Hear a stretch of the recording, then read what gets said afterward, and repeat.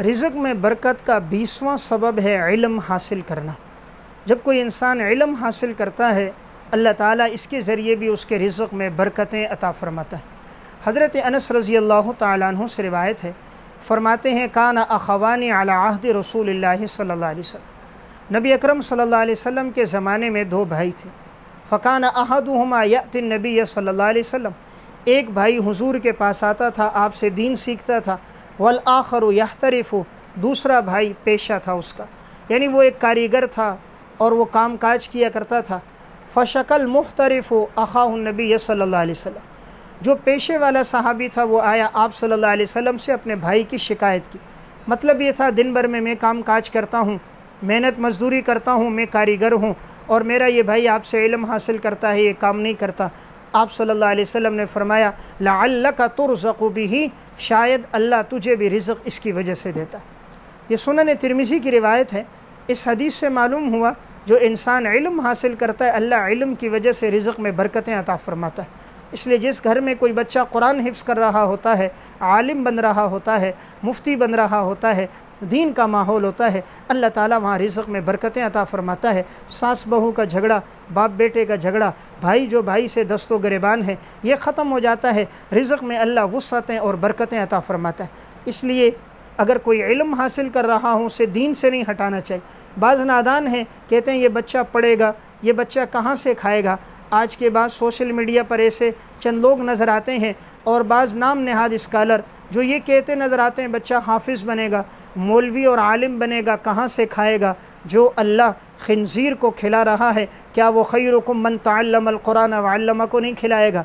जो खुदा कुत्ते, बंदर, सांप और बिच्छू 18,000 किस्म की मखलूक़ात को रिज़्क़ दे रहा है, जो अल्लाह के दीन की हिफाजत करेगा, क्या अल्लाह उसे रिज़्क़ नहीं देगा। हज़रत अब्दुल्ला इब्न अब्बास आपके पीछे सवारी पर बैठे, नबी अकरम सल्लल्लाहु अलैहि वसल्लम ने 5 बातें बयान फरमाई। आपने सबसे पहली बात फरमाई इहफ़ज़िल्लाह यहफ़ज़का, अल्लाह के दीन की हिफाजत करना, अल्लाह तुम्हारी हिफाजत करेगा। जो अल्लाह के अहकामात को पूरा करता है, अल्लाह के दीन की हिफाजत करता है, आपने फरमाया अल्लाह तेरी हिफाजत करेगा। देखें, एक इंसान एक कुत्ता पालता है, अपने घर की हिफाजत के लिए उसके लिए पानी भी रखता है, दूध भी रखता है, उसके लिए जगह भी बनाता है कि ये रात को मेरे घर का पहरा देगा। जो अल्लाह के दीन का पहरा दे, कुरान की खिदमत करे, दीन की खिदमत करे, क्या अल्लाह उसकी हिफाजत नहीं करेगा, अल्लाह उसके लिए रिज़्क़ का इंतज़ाम करेगा। तो आपने पहली बात बयान फरमाई इहफ़ज़िल्लाह यहफ़ज़का, अल्लाह के दीन की हिफाजत करना, अल्लाह तुम्हारी हिफाजत करेगा। नंबर 2 इहफ़ज़िल्लाह तजिदहु तुजाहका, अल्लाह के दीन की हिफाजत करना, अल्लाह को हमेशा अपने सामने पाओगे।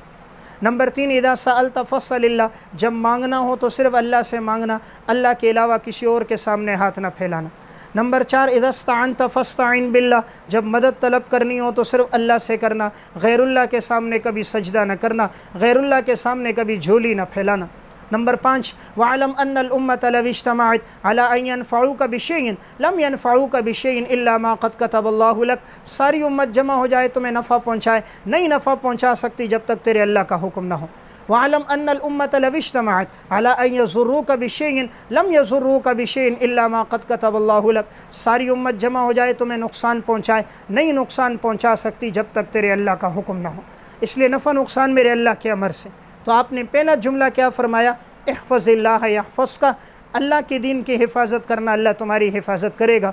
इसलिए जो बच्चा कुरान पढ़ता है, दीन पढ़ता है, दीन की खिदमत करता है, अल्लाह उसकी हिफाजत करता है, अल्लाह उसके लिए रिज़्क़ का इंतज़ाम करता है। वमन यत्तक़िल्लाह यजअल लहु मख़रजा व यरज़ुक़हु मिन हैसु ला यहतसिब, अल्लाह वहाँ से रिज़्क़ देता है जहाँ उसका वहम और गुमान भी नहीं होता। इसलिए मैंने एक गुजारिश अर्ज़ की, अगर हम चाहें रिज़्क़ में बरकत हो तो इल्म हासिल करें, अपनी औलाद को इल्म के साथ लगाएं। जब तक ये बच्चा कुरान पढ़ेगा हमारे लिए एक सदक़ा जारिया होगा। हम दुनिया में नहीं होंगे, इज़ा मातल इंसानु इनक़ता अन्हु अमलु इल्ला मिन सलास मिन सदक़तिन जारियतिन मिन इल्मिन युनतफ़अु बिही औ वलदिन सालिहिन यदउ लहु। सही मुस्लिम की रिवायत है, इंसान दुनिया में नहीं होता लेकिन 3 चीज़ों का सवाब मौत के बाद जारी है। उसमें एक चीज़ क्या है, नेक साले औलाद।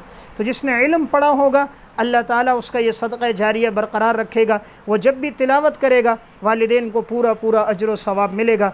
इसलिए दीन पर लगने से, दीन पर आने से रिज़्क़ कम नहीं होता बल्कि रिज़्क़ बढ़ जाता है।